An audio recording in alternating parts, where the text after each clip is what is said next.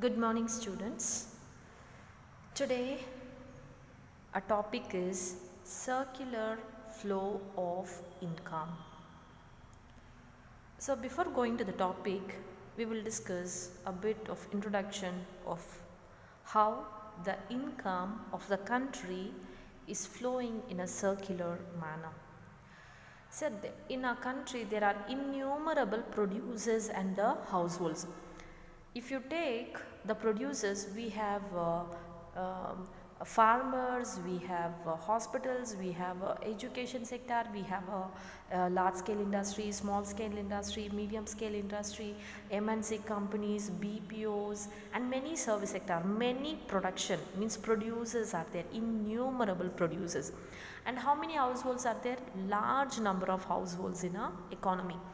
So, there is a continuous flow of economic activities.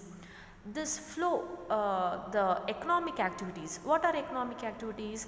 Production, consumption, exchange and distribution. These are the economic activities.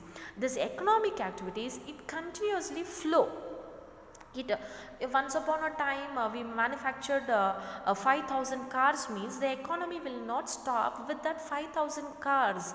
In the next year, in the next another month, the car manufacturer produces.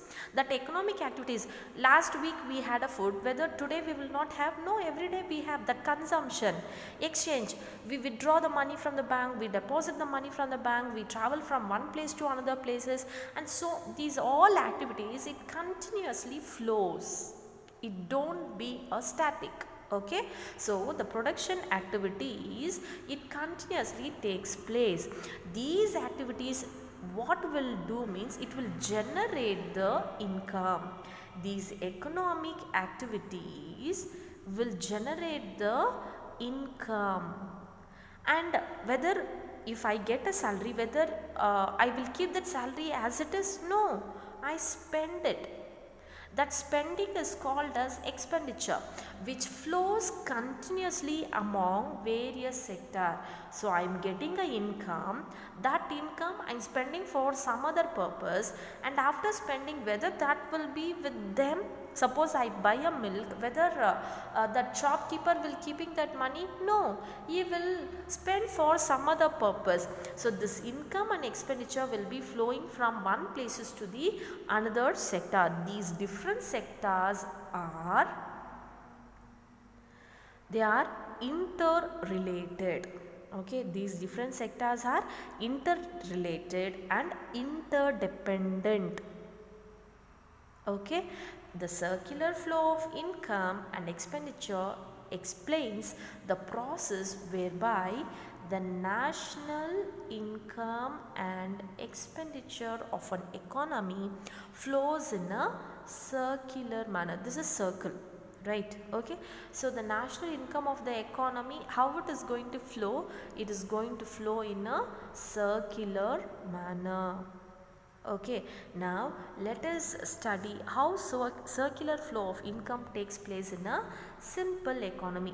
Here, as you all know that we are not living in a simple economy now, but here according to your syllabus, they have given a concept called simple economy. Simple economy means where we don't have government or export and import or saving. Okay, it is the concept we are studying in a closed economy. Closed economy means our economy is closed, we cannot export, we cannot import, the people are not saving, and the government will not be involving. Okay, a simple concept. How the circular flow of income is taking place in a simple economy. So our simple economy is a closed economy where there will be no government, no foreign. External trade means foreign trade, that is import and export, or savings, the people are not doing it. Okay, so here now let us study how the simple sector, that is in a simple economy, a simple two sector model. Here we are going to discuss only about the two sector. We are not going to discuss about the government sector, external trade or a savings. We are not including that. Here we are going to have the two sector model economy is based on the following assumptions. To study the circular flow of income, we have a following assumptions. Okay, so number one, so the assumptions are very straightforward. It is clearly understandable. It is not much difficult to explain all that. I hope you can understand. The first assumption is existence of two sector. So about what sector we are going to discuss means here two sector model, simple economy. What is the two sector? One is household, the another one is firm. Okay, this is the firm or a producer, this is the household. So there are only two sector. Which is the two sector? One is household, the another one is firm. Okay, is it clear? The next one, households are the owners of the factors of production. Households are the owners of factors of production means what are the factors of production?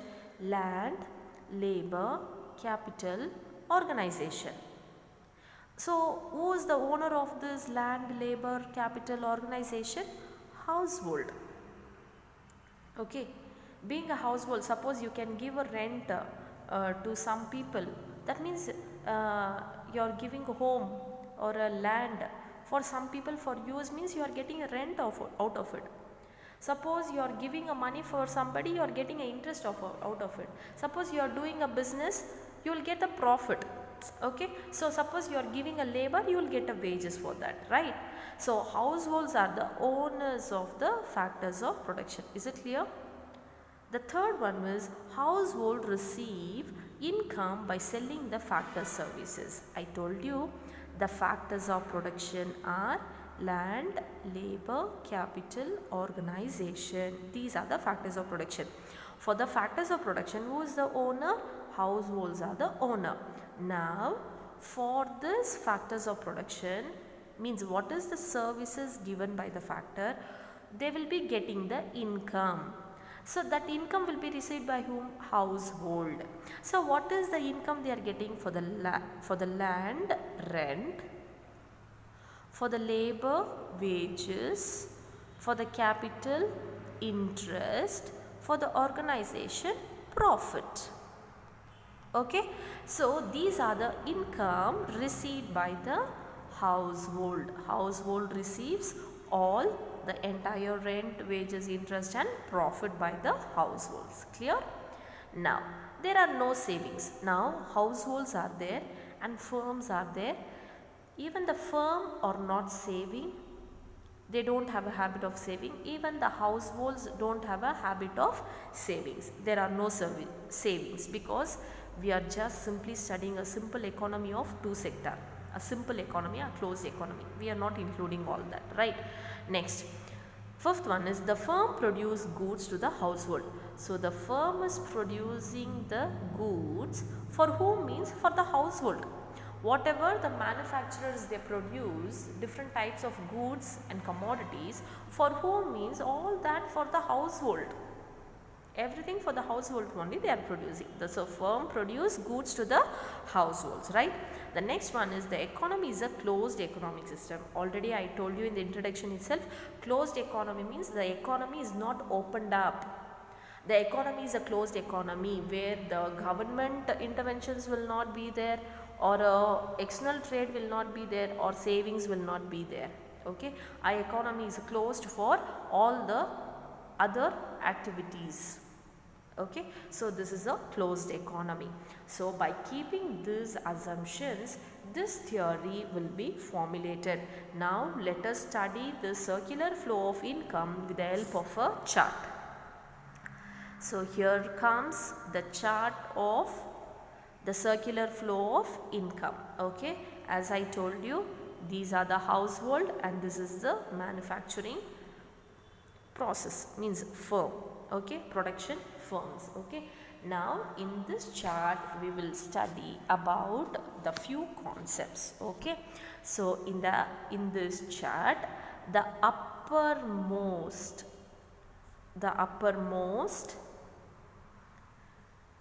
arrow going from the household to the firm, right? It is going from household to the firms. represents the spending by the household to buy the goods and services produced by the firm. The firms are producing the goods, and to buy that goods the household is spending the money, the consumption expenditure. So the money is flowing from household to the firm to get the goods. Okay, the firms produces the goods and services, and household is buying these goods and services, that is spending the money. The household spending the money to get the goods. That is what the uppermost arrow is indicating, right? Okay, we'll see what is the second. The second arrow is this. The second arrow is going from the firm to the households, is the counterpart of the arrow above. So these people are spending the money to buy the goods. Now from the household, from the firm to the household, the goods and services are going. Okay, the householders are getting the goods, and for that they spend the money. Okay, it stands for the goods and services which are flowing from the firms to the household. So whatever the goods they produce, now the goods went where? It went to the household. That is the second arrow which is indicating.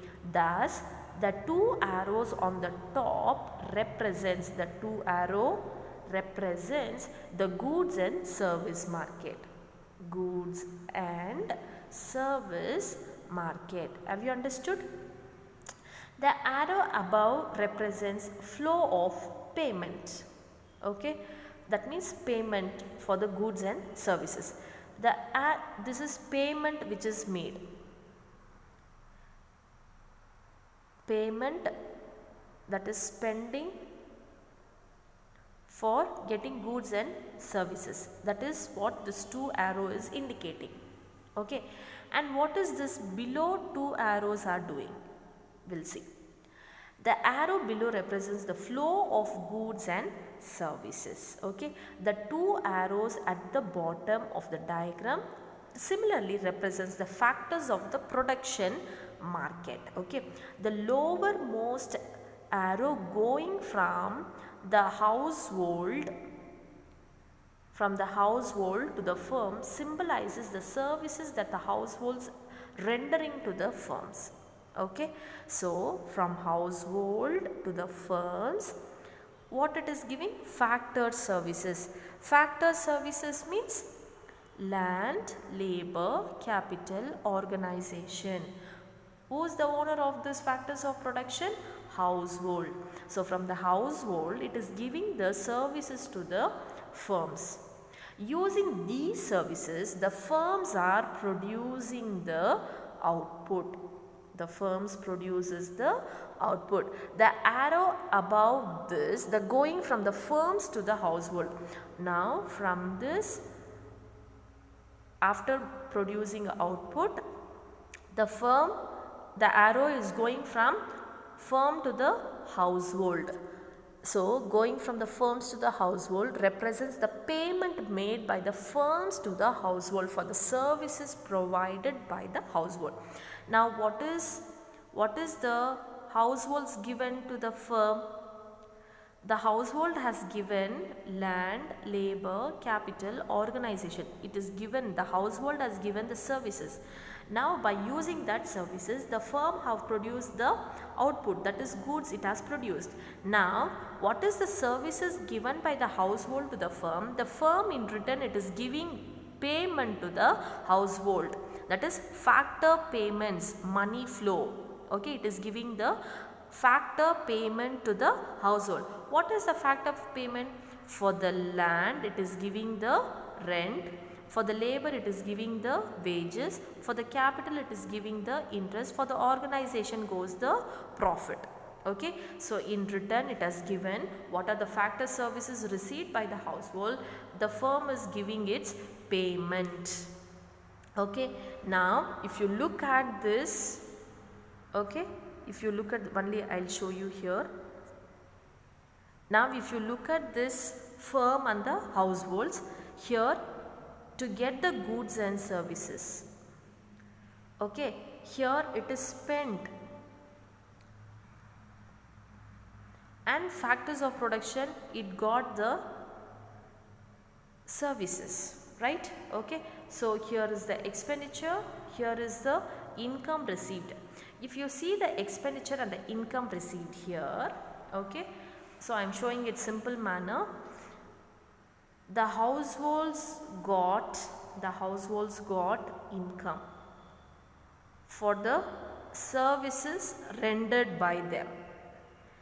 That income is spent, okay, the household is expenditure, it is giving to the firms to get the goods,